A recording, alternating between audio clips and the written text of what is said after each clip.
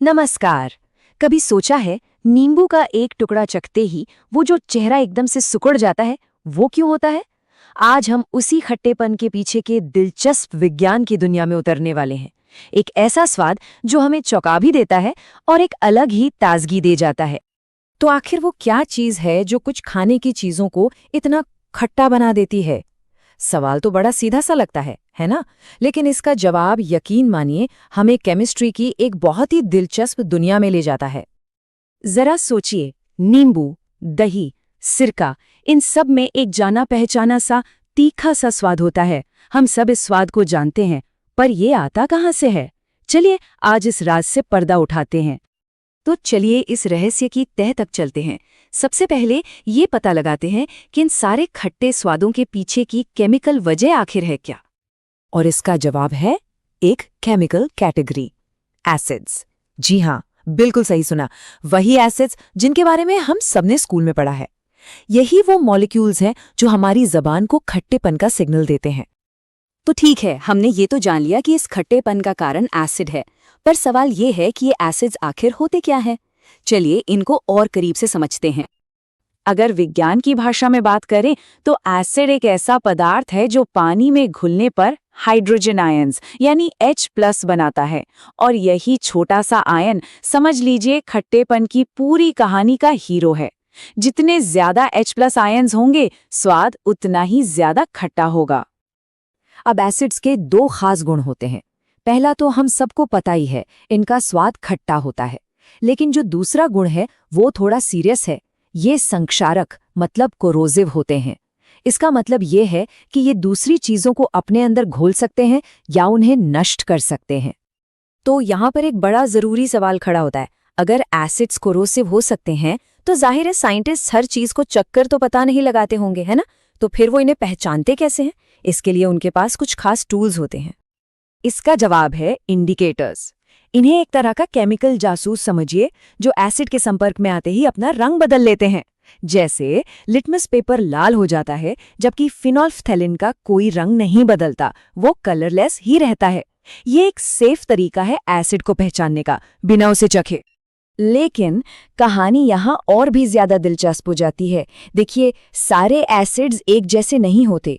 कुछ बहुत ज्यादा ताकतवर होते हैं और कुछ काफी हल्के। और यही बात हमें स्ट्रॉन्ग और वीक एसिड्स के बीच के जरूरी फर्क तक ले जाती है। तो एक स्ट्रॉन्ग और एक वीक एसिड में आखिर फर्क क्या है? सारा खेल इस बात का है कि वो पानी में कितने H+ आयन्स रिलीज करते हैं। जो स्ट्रॉन्ग एसिड्स होते हैं वो पानी में पूरी तरह से घुल जाते हैं और ढेर सारे H+ आयन्स छोड़ते हैं। वहीं दूसरी तरफ जो वीक एसिड्स हैं वो बस थोड़ा बहुत ही घुलते हैं और इसलिए उनसे बहुत कम H+ आयन्स निकलते हैं। बस यही है इनकी ताकत का असली राज। स्ट्रॉन्ग एसिड्स वही हैं जिनके बारे में हम अक्सर सोचते हैं जब भी एसिड शब्द सुनते हैं, जैसे हाइड्रोक्लोरिक एसिड और सल्फ्यूरिक एसिड। ये आमतौर पर लैब्स में और इंडस्ट्रीज में इस्तेमाल होते हैं और काफ़ी खतरनाक हो सकते हैं। इनसे हमेशा सावधानी बरतनी चाहिए। और अब चलिए कहानी को वापस वहीं ले चलते हैं जहां से शुरू किया था। जो वीक एसिड्स होते हैं वो हमारे खाने में पाए जाते हैं। सिरके में एसिटिक एसिड, नींबू में सिट्रिक एसिड। देखा कैसे सारी कड़ियां जुड़ गईं? यही वो एसिड्स हैं जो हमारे खाने को वो मजेदार खट्टा स्वाद देते हैं। तो यहाँ एक बड़ा सवाल बचता है, अगर एसिड्स का स्वभाव करोसिव होता है तो फिर हम उन्हें अपने खाने में कैसे खा पाते हैं, वो भी सुरक्षित रूप से? ये सवाल हमें एसिड्स की ताकत के फर्क और हमारी रोजमर्रा की जिंदगी में उनके दिलचस्प रोल के बारे में सोचने पर मजबूर करता है। अगली बार जब कोई खट्टी चीज चखें तो उस कमाल की केमिस्ट्री को जरूर याद कीजिएगा जो हमारी जुबान पर हो रही होती है। कभी सोचा है कि जब एक नन्ही सी चींटी काटती है तो इतनी तेज जलन क्यों होती है? आज हम इसी रोजमर्रा की घटना के पीछे छिपे एक कमाल के केमिकल सीक्रेट को समझने वाले हैं। तो सवाल यही है, वो छोटी सी चींटी आखिर ऐसा क्या कर जाती है कि हमें इतनी तेज जलन महसूस होने लगती है? देखिए, ये कोई जादू टोना नहीं है, ये है प्योर केमिस्ट्री। और इसका जवाब एक ऐसे पदार्थ में छिपा है जो हमारे चारों तरफ मौजूद है, लेकिन शायद हम उस पर कभी उतना ध्यान ही नहीं देते। तो चलिए इस कहानी के असली हीरो से मिलते हैं, खार यानी कि बेस। असल में यही वो चीज है जिसके पास एसिड के असर को खत्म करने की सुपर पावर है। तो भाई, ये क्षार आखिर होता क्या है? देखिए, आसान भाषा में जब किसी बेस को पानी में घोला जाता है ना, तो वो हाइड्रोक्साइड आयन नाम के खास कण छोड़ता है। और बस यही आयन क्षाल को उसकी सारी ताकत देते हैं और उसे एसिड का एकदम उल्टा बना देते हैं। अच्छा, तो इन्हें पहचानेंगे कैसे? इनकी कुछ खास पहचान होती है। इनका स्वाद थोड़ा कसैला सा होता है और इन्हें छूने पर साबुन जैसी फिसलन महसूस होती है, क्योंकि अरे हाँ, साबुन खुद एक क्षार ही तो है। और अगर साइंस लैब की बात करें तो ये लाल लिटमस पेपर को नीला कर देते हैं। लेकिन सुनिए, सारे क्षार एक जैसे नहीं होते। कुछ होते हैं प्रबल, माने कि स्ट्रॉन्ग बेस, जैसे सोडियम हाइड्रोक्साइड, जो पानी में पूरी तरह घुल जाते हैं। और कुछ होते हैं दुर्बल, यानी वीक बेस, जैसे कि हमारे किचन में रखा बेकिंग सोडा, जो पानी में बस थोड़ा बहुत ही घुलता है। और ये फर्क, ये बहुत जरूरी है, आगे पता चलेगा क्यों।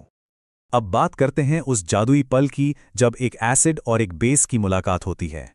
इस प्रोसेस को कहते हैं न्यूट्रलाइजेशन, यानी उदासीनीकरण। और ये बिल्कुल वैसा ही है जैसे प्रकृति में एक बैलेंस बनाया जा रहा हो। ये छोटा सा समीकरण ही पूरी कहानी कह देता है। जब एक एसिड और एक बेस रिएक्ट करते हैं तो वो एक दूसरे के असर को कह सकते हैं कि कैंसिल कर देते हैं। और नतीजा क्या होता है? बनता है नमक और पानी, जो कि ज्यादातर नुकसान नहीं पहुंचाते। देखा जाए तो ये पीएच स्केल को वापस 7 के पास ले आते हैं, जो कि होता है एकदम न्यूट्रल। तो सबसे जरूरी बात यही है, ये एक तरह का केमिकल समझौता है, जहां दोनों अपने अपनी ताकत खोकर एक बैलेंस बना लेते हैं। है ना प्रकृति का एक कमाल का नियम? चलिए, अब जरा आगे बढ़ते हैं और ये देखते हैं कि ये कमाल की केमिकल रिएक्शन हमारी असल जिंदगी की परेशानियों को कैसे सुलझाती हैं। और अब वापस आते हैं हमारी पहली पहेली पर। चींटी के काटने पर जलन इसलिए होती है क्योंकि वो हमारी स्किन में फॉर्मिक एसिड इंजेक्ट कर देती है। तो इसका इलाज बहुत सिंपल है, बस उस जगह पर बेकिंग सोडा जैसा कोई हल्का सा क्षार लगा लीजिए। वो एसिड को न्यूट्रलाइज कर देगा और जलन में आराम मिल जाएगा। है ना कितना सरल और असरदार? और ये कहानी सिर्फ चींटी के डंक तक ही नहीं है। पेट में एसिडिटी होती है तो जो एंटासिड लेते हैं वो एक बेस ही है। खेत की मिट्टी ज्यादा एसिडिक हो गई, किसान उसमें एक क्षार मिलाते हैं। अरे, फैक्ट्रियों से निकलने वाले एसिडिक कचरे को भी बेस से ही ट्रीट किया जाता है। ये बैलेंस हर जगह काम कर रहा है। तो अगली बार जब कोई साबुन इस्तेमाल करे या एसिडिटी के लिए कोई दवा लें, तो ये याद रखिएगा कि असल में इस खूबसूरत केमिकल बैलेंस का ही इस्तेमाल हो रहा है। ये हमारे आसपास की दुनिया और हमारे शरीर को सही से चलाने के लिए बहुत बहुत जरूरी है। तो मैं एक सवाल के साथ आज की बात खत्म करता हूं। सोचिए, हमारे रोजमर्रा की जिंदगी में और कौन-कौन सी जगहें हैं जहां ये छिपा हुआ केमिकल बैलेंस चुपचाप अपना काम कर रहा है? जरा अपने आसपास नजर दौड़ाइए, जवाब शायद आपको हैरान कर दे। कभी सोचा है हमारे आसपास की जो बिल्कुल मामूली सी चीजें हैं, उनके पीछे कितना कमाल का विज्ञान छिपा होता है? ये विज्ञान बिल्कुल चुपचाप अपना काम करता रहता है। तो आज हम अपने घरों में ही मौजूद ऐसे ही कुछ जादुई केमिकल्स के राज खोलने वाले हैं। तो चलिए, एक पहेली से शुरू करते हैं। सोचिए, एक सॉफ्ट सा केक, एक एकदम साफ सुथरी शर्ट और एक टूटी हुई मूर्ति। इन तीनों में आखिर क्या कॉमन हो सकता है? है तो तीनों बिल्कुल अलग अलग चीजें, है ना? बड़ा अजीब सवाल है। इसका जवाब कहीं दूर नहीं, हमारे घर के अंदर ही छिपा है। और वो चीज जो इन सबको जोड़ती है वो है सॉल्ट, यानी नमक।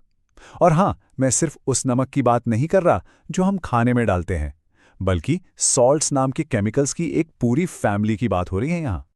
तो फिर देर किस बात की? चलिए इस खोज पर निकलते हैं। और शुरुआत करने के लिए किचन से बेहतर जगह और क्या हो सकती है? सही कहा ना? वहीं पर हमारे 2 सीक्रेट एजेंट्स पहले से ही मौजूद हैं। सबसे पहले मिलते हैं अपने सबसे पुराने दोस्त से, टेबल सॉल्ट, मतलब हमारा साधारण नमक। साइंस की भाषा में इसका नाम है सोडियम क्लोराइड, यानी NaCl। ये तो शायद दुनिया का सबसे फेमस सॉल्ट है। और इसका काम सिर्फ खाने में टेस्ट लाना ही नहीं है, इससे कहीं बढ़कर है। जरा सोचिए, सदियों से, सेंचुरीज से इसकी मदद से खाने को प्रिजर्व किया जाता रहा है, खराब होने से बचाया जाता रहा है। देखने में तो ये एक मामूली सा केमिकल लगता है, लेकिन सच पूछिए तो दुनिया भर के खानों की जान है ये। अच्छा, अब मिलते हैं किचन के दूसरे सुपरस्टार से, बेकिंग सोडा। इसका असली नाम है सोडियम बाइकार्बोनेट। है तो ये भी एक सॉल्ट, लेकिन इसके करतब, इसके काम बिल्कुल अलग हैं। बेकिंग सोडा की जो असली सुपर पावर है ना, वो है इसका डबल रोल। एक तरफ ये केक और ब्रेड में हवा भरकर उन्हें एकदम सॉफ्ट और फ्लफी बना देता है, और दूसरी तरफ ये पेट की एसिडिटी को भी शांत कर सकता है। इसीलिए तो इसको एंटासिड की तरह भी यूज किया जाता है। तो चलिए अब किचन से निकलते हैं और चलते हैं घर की सफाई की दुनिया में। यहाँ भी कुछ बड़े कमाल के सॉल्ट्स हमारा इंतजार कर रहे हैं, जो हमारे घर और कपड़ों को चमकाने का काम करते हैं। ये है वॉशिंग सोडा, यानी सोडियम कार्बोनेट। ये एक वाइट पाउडर जैसा होता है जो पानी में फटाफट घुल जाता है और बस सफाई का जादू शुरू कर देता है। तो इसका आखिर काम क्या है? देखिए, ये हार्ड वाटर को सॉफ्ट बना देता है। इससे होता यह है कि हमारा डिटर्जेंट कई गुना बेहतर काम करता है। और इतना ही नहीं, ये तेल और ग्रीस जैसे जिद्दी दागों का तो सबसे बड़ा दुश्मन है। अब मिलते हैं सफाई टीम के सबसे तगड़े हैवी ड्यूटी मेंबर से, ब्लीचिंग पाउडर। इसका केमिकल नाम है कैल्शियम ऑक्सीक्लोराइड, और हाँ, इसमें क्लोरीन की एक बहुत तेज स्मेल होती है। ये सिर्फ दाग नहीं हटाता, ये कीटाणुओं का, जर्म्स का भी सफाया कर देता है। इसकी पावर इतनी जबरदस्त है कि ये बैक्टीरिया और वायरस को भी खत्म कर देता है। इसीलिए इससे जमीन से लेकर पीने के पानी तक को साफ किया जाता है। और हाँ, कपड़ों को एकदम दूध जैसा सफेद बनाने में तो इसका कोई मुकाबला ही नहीं। तो अगर आसान शब्दों में समझें, वॉशिंग सोडा है सफाई का बूस्टर जो दाग हटाता है, और ब्लीचिंग पाउडर है सफाई का कमांडो जो जर्म्स को खत्म करता है और सफेदी लाता है। मतलब हैं तो दोनों सुपर हीरो, पर दोनों की पावर्स बिल्कुल अलग अलग हैं। ओके, तो सफाई से थोड़ा हटकर अब एक ऐसे अनोखे सॉल्ट की बात करते हैं जिसमें जोड़ने, बनाने और चीजों को आपस में फिक्स करने की गजब की शक्ति है। इसने आर्ट में भी और मेडिसिन में भी दोनों जगह अपनी खास जगह बनाई है। इसका नाम है प्लास्टर ऑफ पेरिस, जिसे हम शॉर्ट में पीओपी भी कहते हैं। अच्छा, इसका ये अजीब सा नाम इसलिए पड़ा क्योंकि इसको बनाने वाला जो पत्थर है, जिप्सम, वो पेरिस शहर के पास बहुत ज्यादा मिलता था। काफी इंटरेस्टिंग है ना? इसका जादू बड़ा सिंपल है। जैसे ही इस वाइट पाउडर में पानी मिलाया जाता है, एक केमिकल रिएक्शन शुरू हो जाता है, और बस देखते ही देखते ये एकदम पत्थर जैसा हार्ड हो जाता है। सोचिए, पानी से पत्थर बनने जैसा एक कमाल का ट्रांसफॉर्मेशन है ये। और इसकी इसी खासियत की वजह से डॉक्टर्स टूटी हुई हड्डियों को सपोर्ट देने के लिए इसका इस्तेमाल करते हैं। आर्टिस्ट्स इससे स्टैचूज और डेकोरेटिव डिजाइन्स के लिए मोल्ड्स बनाते हैं। और हाँ, घरों में भी दीवारों और छतों की दरारें भरने के लिए भी ये खूब काम आता है। तो देखा, किचन से लेकर हॉस्पिटल तक ये सॉल्ट्स हर जगह मौजूद हैं। चलिए अब एक झटपट रिकैप करते हैं कि हमने इन साधारण से दिखने वाले पावरफुल केमिकल्स के बारे में क्या क्या सीखा। यहाँ सब कुछ एक साथ है। हमारे पास खाने में टेस्ट के लिए है कॉमन सॉल्ट, केक को फुलाने के लिए बेकिंग सोडा, सफाई के लिए वॉशिंग सोडा, जर्म्स को मारने के लिए ब्लीचिंग पाउडर, और चीज़ों को जोड़ने और हार्ड बनाने के लिए प्लास्टर ऑफ पेरिस। हर एक की अपनी एक अलग, एक यूनिक सुपर पावर है। तो अब वो पहेली सुलझ गई कि एक केक, एक साफ शर्ट और एक टूटी हुई मूर्ति का राज क्या है। ये सभी सॉल्ट्स की इस अनोखी फैमिली से जुड़े हैं। अब सवाल यह है कि हमारे चारों तरफ और कौन-कौन से ऐसे सीक्रेट एजेंट्स छिपे हैं। अगली बार जब भी नमक का डिब्बा उठाएं तो याद रखिएगा कि आप सिर्फ एक मसाला नहीं, बल्कि एक छोटा सा साइंटिफिक चमत्कार उठा रहे हैं। कभी सोचा है कि नींबू रगड़ने से पुराने बर्तन कैसे चमक उठते हैं? या फिर बेकिंग सोडा और सिरका मिलाते ही वो झाग क्यों बनने लगता है? वेल, ये सब केमिस्ट्री का कमाल है। तो आज चलिए अम्ल और क्षार की दुनिया में चलते हैं और समझते हैं इनके रिएक्शंस के पीछे का साइंस। तो मेन सवाल यही है कि जब एसिड और बेस आपस में या किसी और चीज से रिएक्ट करते हैं तो आखिर होता क्या है? और यकीन मानिए, इस एक सवाल का जवाब हमारी किचन से लेकर हमारी अपनी बॉडी तक न जाने कितनी प्रक्रियाओं के राज खोल सकता है। तो चलिए सबसे पहले और सबसे कॉमन रिएक्शन से शुरू करते हैं। क्या होता है जब कोई एसिड किसी मेटल से मिलता है? ये एक क्लासिक केमिकल रिएक्शन है और इसे समझना बहुत जरूरी है। देखिए, ये प्रोसेस ना बहुत सीधा साधा है। जब भी कोई एसिड किसी मेटल के साथ रिएक्ट करेगा तो दो मेन चीजें बनेंगी, एक सॉल्ट यानी लवण और हाइड्रोजन गैस। बस ये एक सिंपल सा रूल है जो कई सारे केमिकल रिएक्शंस पर लागू होता है। और इसे समझने का सबसे अच्छा तरीका एक रोजमर्रा का एग्जाम्पल। जरा सोचिए, जब किसी पुराने काले पड़ चुके तांबे के बर्तन को हम सिरके या नींबू के रस से साफ करते हैं तो होता क्या है? असल में इनमें जो हल्का एसिड होता है ना, वो मेटल की ऊपरी परत से रिएक्ट करता है, उसे घुलनशील सॉल्ट में बदल देता है और बर्तन फिर से चमकने लगता है। ओके, अब आगे बढ़ते हैं। देखते हैं कि जब एसिड्स कार्बोनेट या बाइकार्बोनेट से मिलते हैं तब क्या होता है। यहाँ पर रिएक्शन और भी मज़ेदार हो जाता है, क्योंकि इसमें अक्सर वो बबल्स, वो बुदबुदाहट देखने को मिलती है। यहाँ इक्वेशन में एक बड़ा ट्विस्ट है। सॉल्ट तो यहाँ भी बनता है, लेकिन हाइड्रोजन गैस की जगह दो नई चीजें बनती हैं, कार्बन डाइऑक्साइड गैस यानी CO2 और पानी। और हाँ, यही कार्बन डाइऑक्साइड गैस है जो उन बबल्स और झाग के लिए जिम्मेदार है जो हमें दिखाई देते हैं। और इसका सबसे क्लासिक एग्जाम्पल, अरे वही स्कूल वाला साइंस एक्सपेरिमेंट, बेकिंग सोडा और सिरके का वोल्केनो। याद आया? बेकिंग सोडा एक कार्बोनेट है और सिरका जाहिर है एक एसिड। जब ये दोनों मिलते हैं तो इतनी तेजी से कार्बन डाइऑक्साइड गैस निकलती है कि वो फेमस वोल्केनो इरप्शन जैसा दिखता है। ठीक है, अभी तक तो हमने एसिड्स की ही बात की, लेकिन बेस यानी क्षार भी रिएक्ट करते हैं, पर उनका एक बहुत ही स्पेशल रिएक्शन है। तो चलिए पता लगाते हैं कि ये रिएक्शन क्या है और इसे स्पेशल आखिर क्यों कहा जाता है।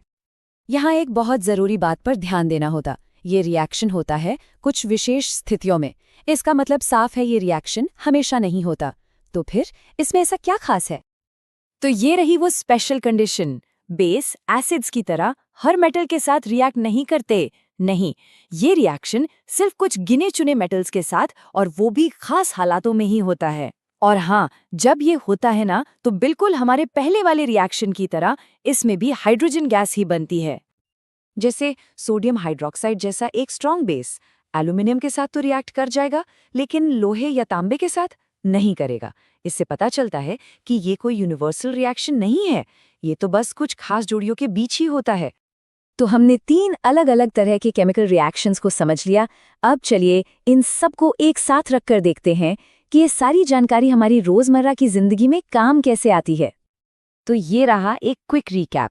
पहला, एसिड और मेटल मिलकर बनाते हैं सॉल्ट और हाइड्रोजन गैस। दूसरा, एसिड और कार्बोनेट मिलकर बनाते हैं सॉल्ट, कार्बन डाइऑक्साइड और पानी। और तीसरा, बेस और कुछ खास मेटल्स मिलकर भी बनाते हैं सॉल्ट और हाइड्रोजन गैस। और इन रिएक्शंस को समझना सिर्फ किताबी बातें नहीं हैं।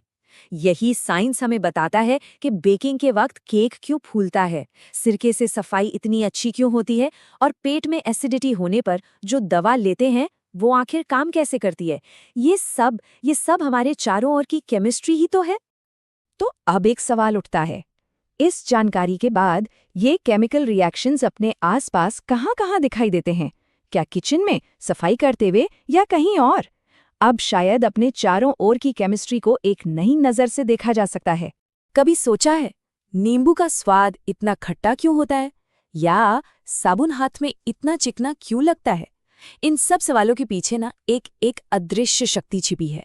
एक ऐसी शक्ति जो हमारे शरीर से लेकर हमारी पूरी धरती तक सब कुछ कंट्रोल करती है, और उस शक्ति को हम मापते हैं pH पैमाने से। तो चलिए इस पूरे विश्लेषण को एक सवाल से शुरू करते हैं। दांतों में सड़न, खेती के लिए बंजर होती जमीन, और एसिड रेन यानी अम्ल वर्षा। सुनने में तो ये तीनों एकदम अलग अलग परेशानियां लगती हैं, है ना? लेकिन सोचिए जरा, क्या हो अगर मैं कहूं कि इन सब के पीछे सिर्फ एक ही कारण है? तो फिर चलिए इस पहेली को सुलझाना शुरू करते हैं। आखिर ये कौन सा अदृश्य खतरा है जो इन सारी समस्याओं को एक ही धागे में पिरोता है? देखिए, दांतों की सड़न, ये तो सीधे सीधे हमारी सेहत से जुड़ी है। फिर है मिट्टी का स्वास्थ्य, जिस पर हमारा खाना, हमारा पूरा एग्रीकल्चर टिका हुआ है। और फिर आती है अम्ल वर्षा, जो हमारे पूरे के पूरे पर्यावरण को बर्बाद कर रही है।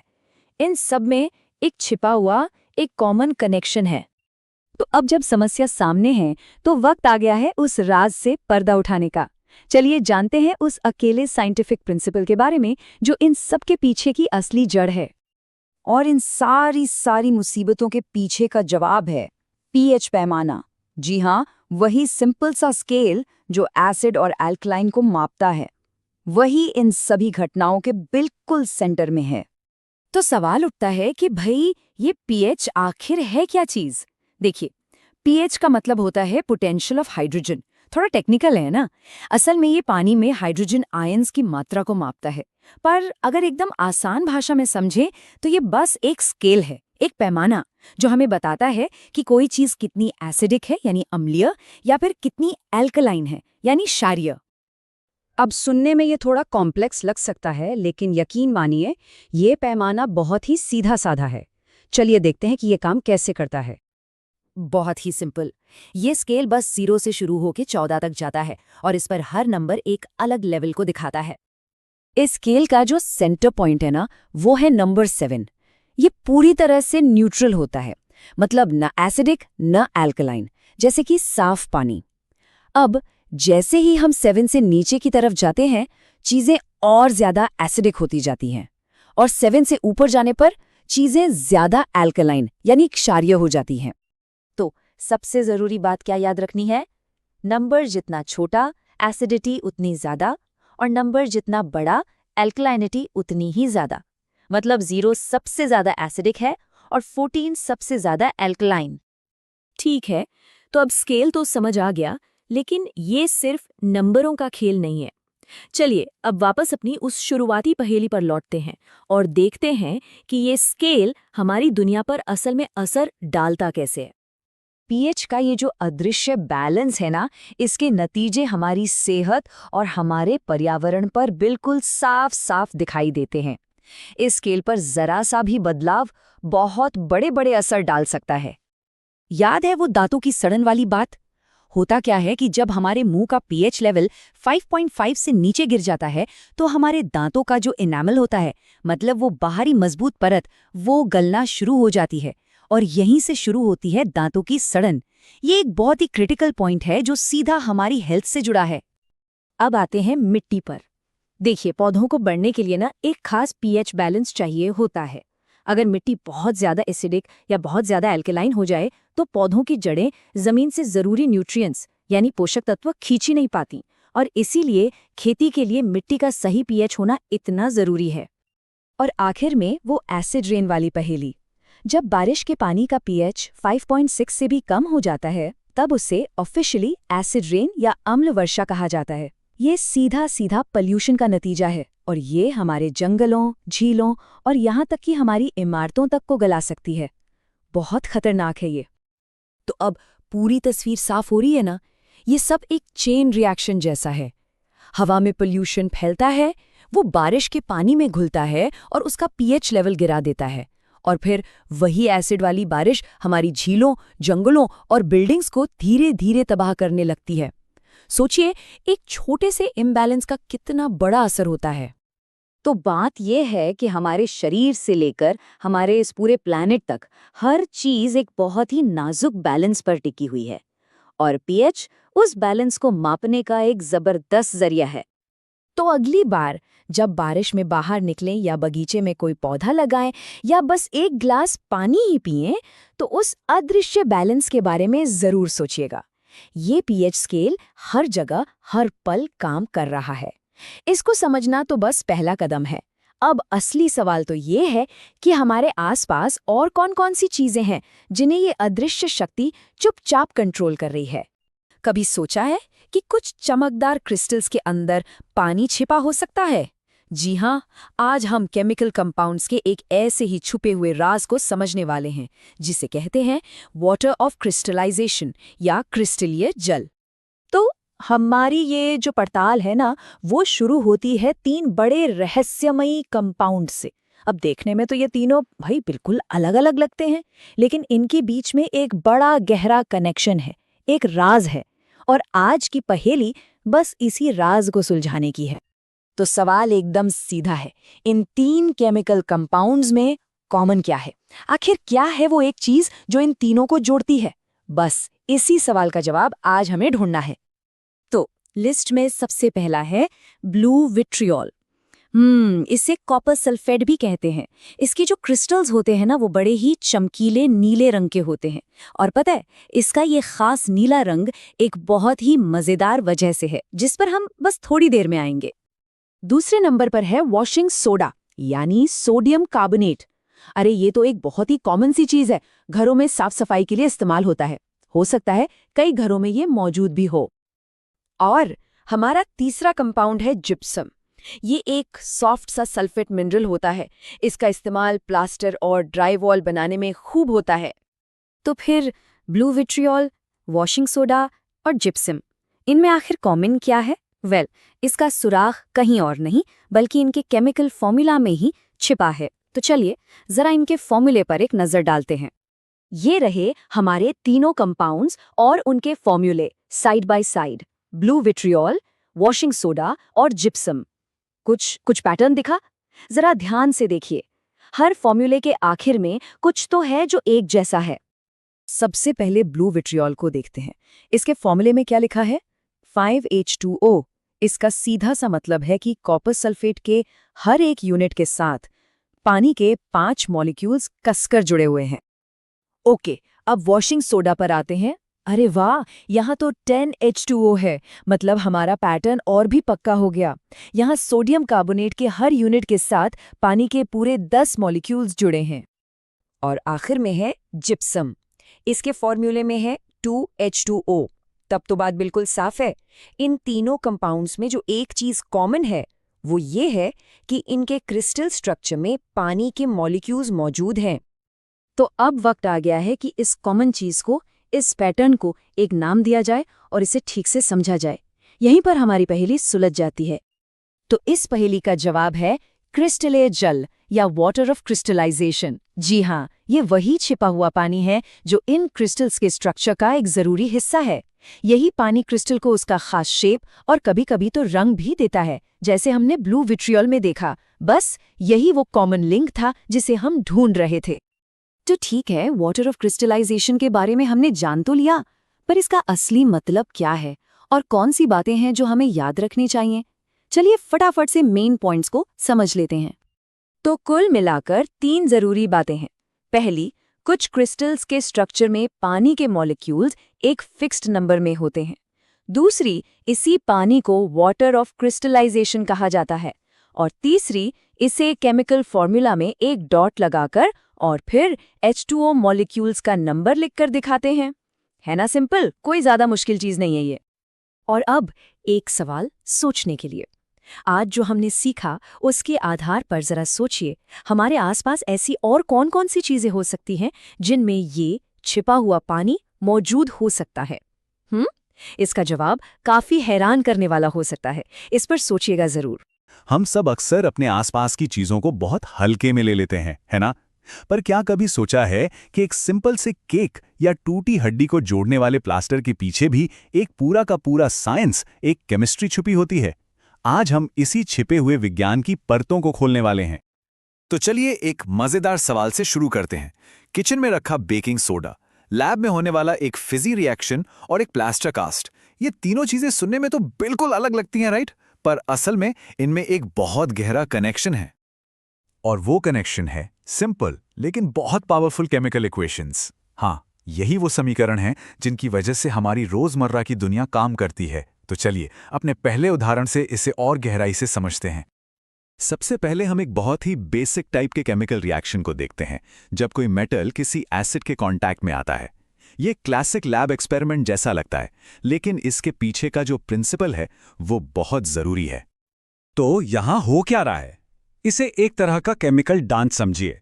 जैसे ही हम जिंक को हाइड्रोक्लोरिक एसिड में डालते हैं तो ज्यादा रिएक्टिव होने की वजह से जिंक आता है और हाइड्रोजन को उसकी जगह से हटा देता है और खुद क्लोरीन के साथ बॉन्ड बना लेता है। तो नतीजा क्या हुआ? हमें एक नया कंपाउंड मिला, जिंक क्लोराइड, और हाइड्रोजन गैस बबल्स के रूप में आजाद हो गई, जैसा कि इस इक्वेशन में दिख रहा है। और पता है, ये सिर्फ एक मजेदार एक्सपेरिमेंट नहीं है। जो चीज लैब में एक सिंपल सा रिएक्शन लगती है, वो असल में यूनिवर्स की सबसे हल्की और सबसे ज्यादा पाई जाने वाली गैस यानी हाइड्रोजन बनाने का एक बहुत जरूरी तरीका है। और इस गैस के तो अनगिनत इंडस्ट्रियल यूज हैं। चलिए अब लैब से बाहर निकलते हैं और एक ऐसी जगह चलते हैं जिसे हम सब अच्छी तरह से जानते हैं, हमारी रसोई। यहां हम देखेंगे कि कैसे सिर्फ गर्मी का इस्तेमाल करके एक कंपाउंड को तोड़ा जा सकता है और कुछ कमाल का बनाया जा सकता है। और यहाँ हमारा स्टार प्लेयर है सोडियम बाइकार्बोनेट। अरे वही अपना बेकिंग सोडा। ये सफ़ेद पाउडर लगभग हर किचन में मिल जाएगा, लेकिन इसकी असली ताकत तब सामने आती है जब इसे थोड़ी गर्मी मिलती है। तो जब केक को ओवन में डाला जाता है तो असल में होता क्या है? गर्मी बेकिंग सोडा पर अपना जादू चलाती है। ये एक सिंगल कंपाउंड NaHCO3 को 3 अलग-अलग चीजों में तोड़ देती है। सोडियम कार्बोनेट यानी सोडा ऐश, पानी जो भाप बन जाता है, और सबसे जरूरी कार्बन डाइऑक्साइड गैस। और असली जादू यही होता है। ये जो कार्बन डाइऑक्साइड गैस निकलती है ना, वो बैटर के अंदर छोटे छोटे हवा के बुलबुले बना देती है। और यही बुलबुले हैं जो केक, मफिन और ब्रेड को ऊपर उठाते हैं, उन्हें फुलाते हैं और एकदम सॉफ्ट और स्पंजी बनाते हैं। तो अगली बार जब कोई फ्लफी केक खाएं तो इस सिंपल से इक्वेशन को थैंक्स कहिएगा। अभी तक हमने देखा कि रिएक्शंस चीजों को कैसे तोड़ते हैं या बदलते हैं। अब देखते हैं कि हम जानबूझकर केमिकल रिएक्शंस का इस्तेमाल करके कैसे नई चीजें बनाते हैं, ऐसी चीजें जिनकी अपनी खास और जबरदस्त प्रॉपर्टीज होती हैं। इस सेक्शन में हम 2 बिल्कुल अलग लेकिन उतने ही जरूरी कंपाउंड्स पर फोकस करेंगे। एक जो हमें साफ सुथरा रखता है और दूसरा जो हमें ठीक होने में मदद करता है। हम बात कर रहे हैं ब्लीचिंग पाउडर और प्लास्टर ऑफ पेरिस की। सबसे पहले है ब्लीचिंग पाउडर। ये एक बहुत ही पावरफुल डिसइंफेक्टेंट है। इसका इस्तेमाल पानी को साफ करने से लेकर सतहों को सैनिटाइज करने तक में होता है। इसे बनाने के लिए बुझे हुए चूने पर क्लोरीन गैस से रिएक्ट कराया जाता है। और दूसरा है प्लास्टर ऑफ पेरिस। ये एक कमाल की चीज़ है। इसे जिप्सम नाम के एक मिनरल को एक खास टेम्परेचर पर गर्म करके बनाया जाता है, और जैसे ही इसमें पानी मिलाया जाता है ये बहुत तेज़ी से कठोर हो जाता है। इसीलिए ये टूटी हड्डियों पर कास्ट चढ़ाने या सुंदर मोल्ड्स बनाने के लिए एकदम परफेक्ट है। तो इस टेबल में इन दोनों की सीधी सीधी तुलना देख सकते हैं। एक तरफ है ब्लीचिंग पाउडर, सफाई और डिसइंफेक्शन के लिए। दूसरी तरफ है प्लास्टर ऑफ पेरिस, स्ट्रक्चर और हीलिंग के लिए। दोनों ही केमिकल इंजीनियरिंग के जबरदस्त उदाहरण हैं, जिन्हें खास मकसद से बनाया गया है। तो हमारी आज की ये जो छोटी सी जर्नी थी वो अब खत्म होने वाली है। हमने देखा कि कैसे कुछ बहुत ही मामूली सी दिखने वाली चीजों के पीछे कितनी असाधारण केमिस्ट्री छिपी हुई है। तो एक क्विक रिकैप करते हैं। हमने देखा कि कैसे सिंपल इक्वेशंस हमारे आसपास की दुनिया में बहुत बड़े बदलाव लाते हैं। चाहे वो गैस बनाना हो, केक को फुलाना हो, या फिर जिंदगी बचाने वाली चीजें बनाना हो, केमिस्ट्री हर जगह काम कर रही है। ये इक्वेशन सिर्फ किताबों के लिए नहीं है, ये हमारी दुनिया का ताना बाना है। और जाते जाते बस एक सवाल, जरा सोचिए, अगर ये सिंपल से केमिकल इक्वेशंस काम करना बंद कर दें तो हमारी दुनिया कैसी होगी? न कोई मुलायम ब्रेड, न साफ पानी, न टूटी हड्डियों को ठीक करने का कोई आसान तरीका। ये हमें दिखाता है कि कैसे ये अदृश्य साइंस हमारी रोजमर्रा की हकीकत को असल में आकार देता है।